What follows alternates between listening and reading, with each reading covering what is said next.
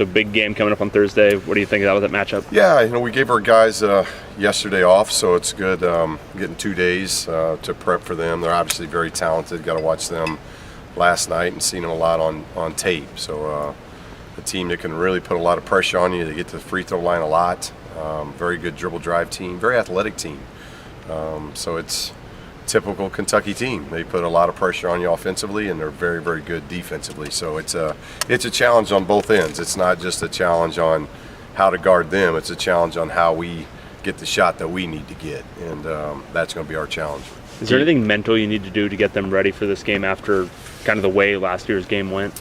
Well, last year, obviously, we got shocked right from the beginning, and I think it was 24-0 before we even scratched. So going back and just kind of looking at all that, we were on our heels really early, and we can't be on our heels. If we get on our heels to the number one team in the country, similar things happen. That's what happens. So we've got to make sure that we start game, and not just the game, but the whole mindset of how we go about it has got to be very aggressive, and it's got to be very confident. And so we got enough guys that weren't here last year, and then the guys that were here last year, I think they've learned and picked themselves up from there, because we obviously had a good season leaving there. It wasn't like the whole year tanked because of that. So my hope is that the lessons that were learned have been learned, and you don't revisit that. If all of a sudden it is 20-0, you guys are more than welcome. Take the floor, get us a basket, do something. I don't really want to be sitting through another 24-0 start. How do you guys think you match up with Kentucky this year? Well, a little different. We're big. They're really starting. They really play without a center. Two very athletic four-men that really rebound the basketball extremely well, running the floor. You look at statistically through 7 games, there are some similarities other than the defense. They're defending right now at a higher level than what we are, and we're a work in progress right there. But as far as valuing the ball, rebounding, there's a lot of very similarities in that regard.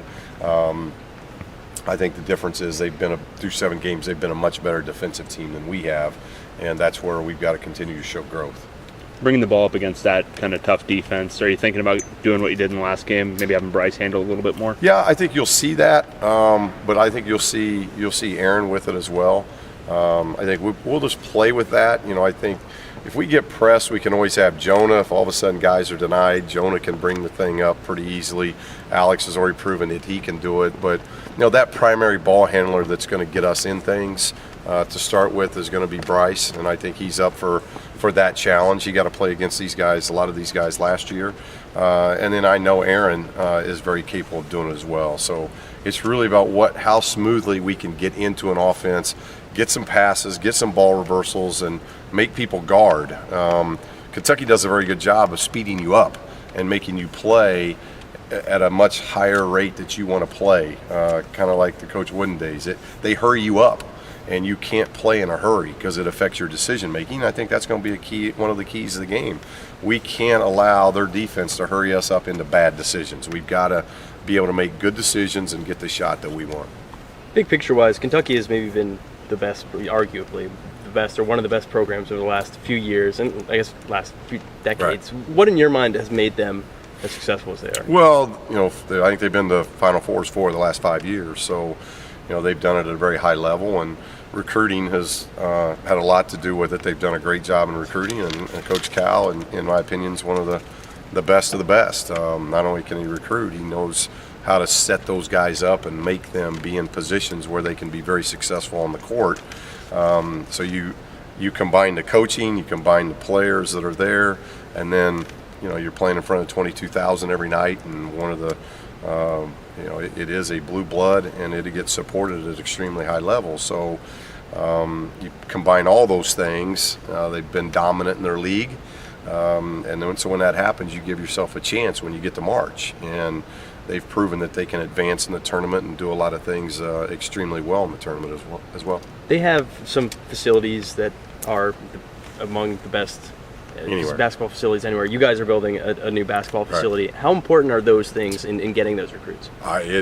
There's nothing more important, in my opinion, after the fact that you as recruits see who you are as people, Obviously, I think recruits want to play for good people, good character, coaching staff that cares much more than just about the wins and losses. They care about who you are as a person, what you do academically, what you do off the floor. Players want that. I was a player once, and I wanted that. And those things have not changed. Now, what has changed is when I played, having one pair of short shorts and a gray T-shirt, that sufficed. That's not the case anymore. It's an arms race. You're in an arms race, and you've got to understand that. And we're very thankful that before I even got here, there was incredible renovations done to Pauley to where this is one of the most beautiful venues anywhere. And now in 2017, in the fall, we'll move into a practice facility that is much, much needed.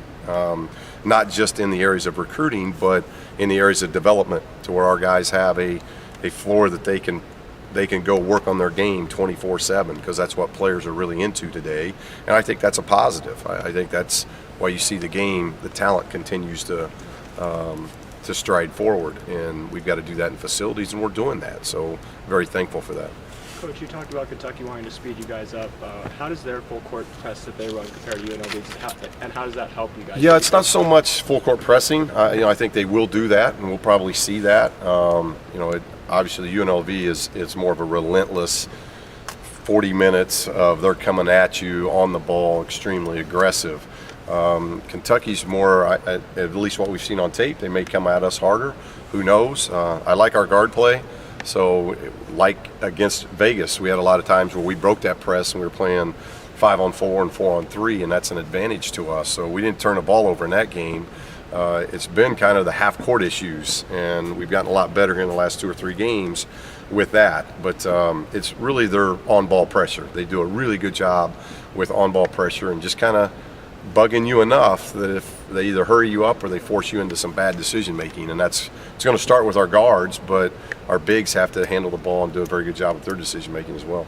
I think you said GG was going to get checked out again. What's his? I'm still waiting. It's 3 o'clock today, and I have not heard anything. But today was supposed to be a day that he sees doctors, so we're hoping that we can at least get a timetable, because we're as frustrated as you and fans of not kind of getting a timetable. And it's an odd one because of being a stress fracture. You kind of got to let it time to heal, and then you get new pictures of it. And I'm hoping those new pictures come sooner than later, just so that the medical staff can give us a little bit of an idea, even if it's 2 weeks to 4, but give us something that we can start planning about his return and adding depth to what we would like to do, especially in the front court. Is that 2 weeks to 4 something that you expect, or just a number? I'm hoping. Okay. I'm hoping, because it's already been 6.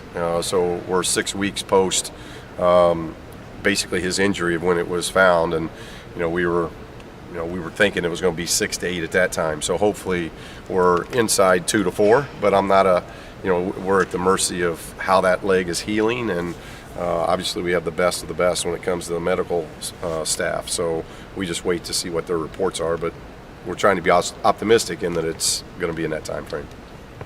What's the vibe like in the locker room amongst the players? Is there a lot more excitement to be playing Kentucky right now, #1 team, really showcasing that you guys can stand up to those guys? Well, it's a unique deal in that you got 2 blue bloods. You got 2 of the winningest programs in the history of the game. One with 11 national titles, another one with 8. You look at first-round draft picks. You look at overall draft picks. You look at NBA All-Stars. I mean, Kentucky and UCLA are at the top of all these lists. And from Kentucky never played here. That's unique in itself. And now we're celebrating 50 years of this building. We're going to have a gold out. I think we're going to have a sold-out arena. It's just going to be a special night. I don't want them getting too ramped up too quickly. So they had the day off on Monday, and it gives us 2 really good days of practice in preparation for what should be a very exciting game, and one that we're really looking forward to on Thursday night. Yeah, last year you guys played at a neutral site. This year you guys play at home. Do you think the home crowd's definitely going to have an impact for your benefit? Well, I hope so. I hope there's a lot more benefits in Pauley Pavilion than there was in Chicago, because there wasn't a lot of benefits in that game. But I think anytime 2 teams like this, it helps both. Obviously, we didn't fare very well in last year's contest, but in the big scope, it really helped us by the time the year was over. And I think Kentucky playing teams like ourselves, that helps them as well. So I think it's a good series to be in. We've got a neutral, now we've got a home and home. We'll play here this year, then we go to Rupp next year. So it's I think that's a really good home and home for fans. It's for the teams, the players, the coaches. I think everybody likes it. What made you, or a lot of times in college basketball they play neutral sites, and you guys did a home and home. What kind of made you interested in Well, doing just that? talking to Cal.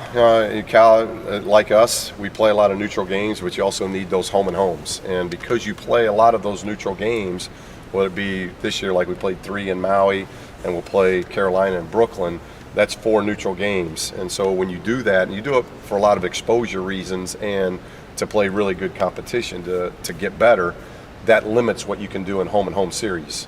So right now we're in a Gonzaga home and home series. We're in a Kentucky home and home series. Next year Gonzaga goes off, so we have to add another home and home series next year that starts here.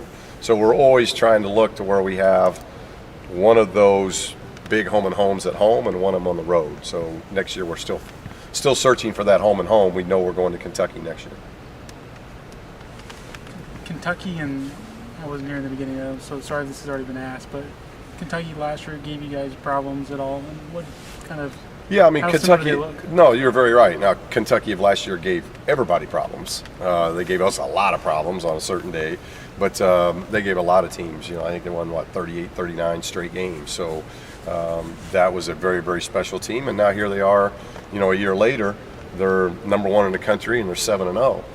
With have already beaten Duke and had some very good teams in their building that they've already beaten. So obviously a program that they just slide different pieces in it, and Coach Cal does it as well as anybody. And so it's a tremendous challenge for us as we're a growth in progress and still searching for our identity. We're still trying to find those answers, and the guys are working very, very hard, and we've made some strides in the last 2 weeks, and we're going to have to make some big strides on Thursday to give ourselves a chance to win in the end. If we don't, then that'll be a tough challenge for us, but hopefully we can continue to grow.